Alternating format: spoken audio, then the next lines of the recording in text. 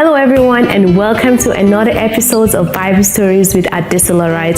As always, I am humbled to have you here with us today. So do not forget to leave a like, subscribe, and go ahead and drop your comments in the chat box so we can get to learn together, okay?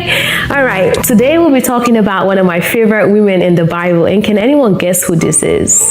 Ding, ding, ding. If you said Esther, you are correct. Yay! Esther is the right answer. Esther is one of my favorite women in the Bible because obviously my name is Esther and I am a queen. So welcome to the Queen's Talk.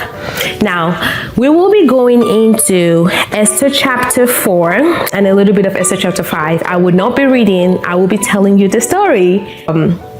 A little bit of character breakdown. In this story, we'll be looking at Queen Esther. We'll be talking about Mordecai, who is our cousin and also her guardian. We'll be looking into King Ahasuerus, that is Queen Esther's husband. We'll be looking into Haman. Haman is the enemy, okay? We'll be looking into the Jews in 172 provinces and the scribes. So as you can see, there's a lot of characters we'll be talking about today, all circling around the story of Esther. Or shall I say, Queen Esther. So why are we talking about Esther? And for us to actually understand why we're talking about Esther, let's look a little bit at her king, King Ahasuerus. King Ahasuerus is the king from India, even onto Ethiopia, and he was king over 172 provinces. So this man is not a small man, okay? Like, he's a big guy. And if you're married to someone like that, as Queen Esther was, she is a big deal as well. Mordecai is Esther's cousin. And when Esther was young, her parents had died and Mordecai was looking over her. When Esther became a queen, Mordecai charged her and said, "Do not tell anybody about your people." And she was like, "I got you." So she didn't even tell the king that she was a Jew. Now, fast forward to this time, Esther is a queen. Now Haman is coming into the story. Remember Haman? Haman in this story is like the ops.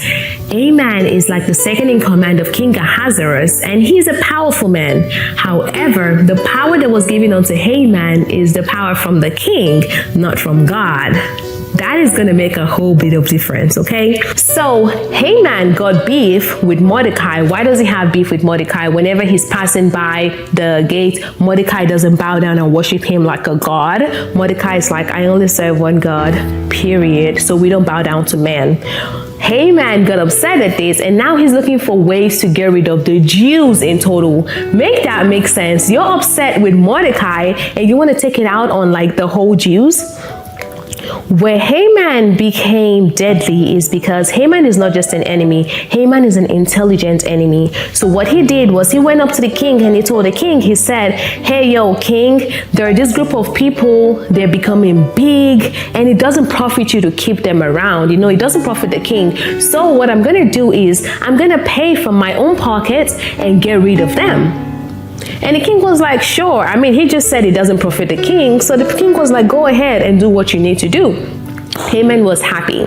Now, if you're to bring it to today's living, Haman brought scribes and told them to write letters to 172 provinces on January 13, so that on December 13, there can be a mass killing of the Jews across the provinces. Make that sink in. This man, he calculated, he made sure there was time. So he called together the scribes to write letters because obviously there wasn't DMs those days. So you can't really like just send a DM and they'll get it. So the scribes came and they wrote letters to 172 provinces.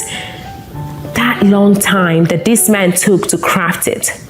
They sent it out, and when Mordecai heard that this is what is happening, he cried out and he rent his clothes, and he was like, oh my goodness, they're trying to kill my people, right? So Queen Esther from the palace heard that her guardian is out there, you know, renting his clothes and putting on sackcloth and stuff. So she sent her maidens to go and cover him up. Mordecai was like, no, this is not the time to be covered up. This is the time to cry. So Queen Esther from the palace, obviously she didn't know what was going on, right? So she asked him, she sent her people to ask him like, what is going on?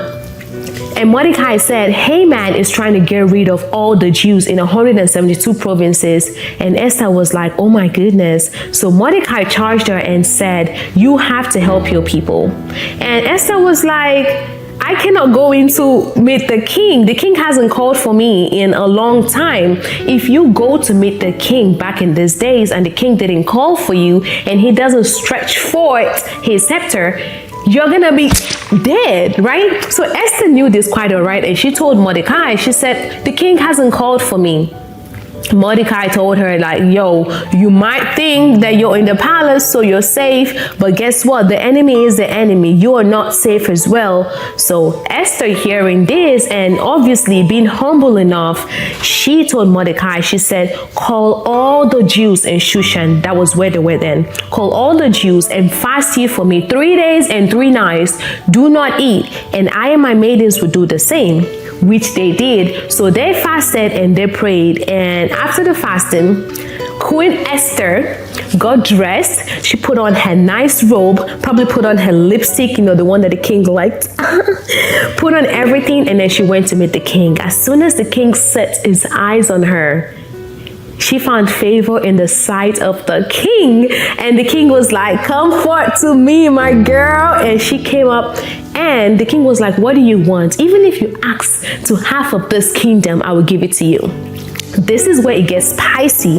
The queen didn't tell him everything right then. The queen said, Lord, if it pleases you, my king, come, for I have prepared a banquet. You and Haman, I need you both to come to my banquet. And the king was like, okay, for sure, I'll come to your banquet, because like the queen commands it.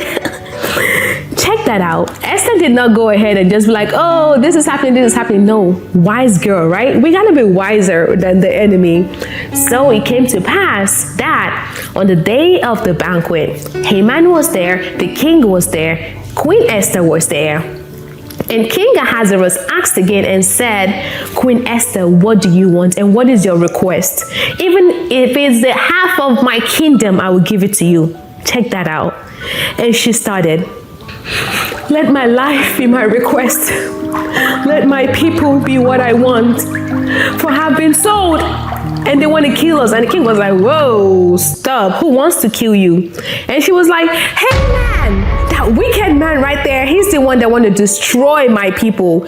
And the king was like, what? So the king was furious and he stood up and he left the garden. When he left the garden, Haman rushed to go meet Esther, trying to beg her. And the king came in right when he was doing that. And the king was like, hey, so you even want to touch the queen in my presence? And as he was saying that, they carried Haman away. And while they took him away, someone came and they said, hey, king, live long. But don't mean to spill the tea, but Haman has a gallows that he prepared for Mordecai. And the king was like, put him in that same gallows. So they hung Haman, and that was how Haman fell, because he came after the children of God. Now, what is the lesson in this story? I mean, there is a lot of lesson to pick up from the story, but I want to touch on Queen Esther. Queen Esther, at this point, she was humble. She did not forget her beginning. She did not say, oh, because I'm a queen now, I'm just going to leave my people. No, she stayed with her people. She fasted for her people, even being a queen and putting her life at risk. So if you are called to a season where you have to pray for your people, where you have to intercede for them, will you do it? Will you be like Queen Esther? Will you do this? And also, the second point to note out of here is that it doesn't matter how intelligent the enemy may seem to be, the Lord is always greater. The plan of God is always greater. Imagine someone as intelligent as Haman that calls tribes together. It might be someone that just wants to make your life a living hell, making sure that they make sure you go through the anguish of it all. But the Lord turned it around and they fell into the trap that they prepared. So I pray for you today that it doesn't matter whoever is the enemy in your life that is trying to craft your fall, that is trying to craft your downfall, that the Lord will have mercy upon you and make them fall instead for your sake. Now, how can this happen? By being a child of God. Once you're a child of God and you identify as being a child of God, things begin to fall in place for you. Things begin to happen, and then the enemies don't even know why they can't even touch you. You're untouchable, basically. So think about Haman. Reflect on your life. What are those things? Who is the enemy right now? Who is making your life a living hell? Pray to God. Cry out to God, because, hey, you better pray so that Haman will end up in his own gallows. But that is it for story time. I really enjoy talking about Esther. And if you want to see more stories like this, make sure you click that subscribe button. Make sure you like, and always leave a comment. I love to see the comments and tell us, what do you know about Queen Esther? I am looking forward to getting to know you more and learning with you and going through this journey with you. But until next time, remember, this is Adesola, right? And all is welcome here. Love you. Bye.